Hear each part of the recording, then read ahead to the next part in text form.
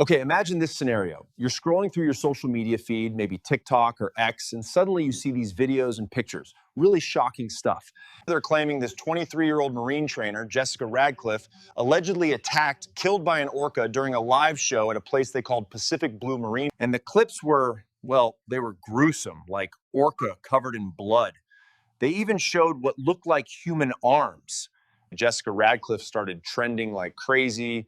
People were, horrified, really upset. It just exploded everywhere. Yeah, I saw some chatter about that. Very intense. How do we even deal with these super intense viral stories when they hit us online? What's really going on behind these viral moments that seem so believable? Yeah, let's definitely unpack this and tell the truth. As we started digging, it turns out the whole thing, completely fake. No tragic incident happened at all. It was a fabrication. And what's fascinating, or maybe alarming, is just how fast and how convincingly this hoax spread. You had outlets like Forbes, International Business Times, jumping on it pretty quickly, identifying the videos, the images as entirely AI generated. They even used AI voices, apparently, for some of the doctored footage. When you really look closely, really look, there are these little giveaways.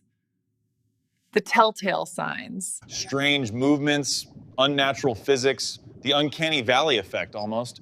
And oh man, the amount of blood in some clips. It was described as Tarantino-esque levels of blood. It was almost funny, but clearly it worked on a lot of people initially, that shock value. But stepping back, looking at a bigger picture, the most damning evidence really is just the total lack of any official verification. Zero statements from any marine parks. And maybe the biggest point, absolutely no credible evidence that an orca trainer named Jessica Redcliff or even a Pacific Blue Marine Park ever existed anywhere.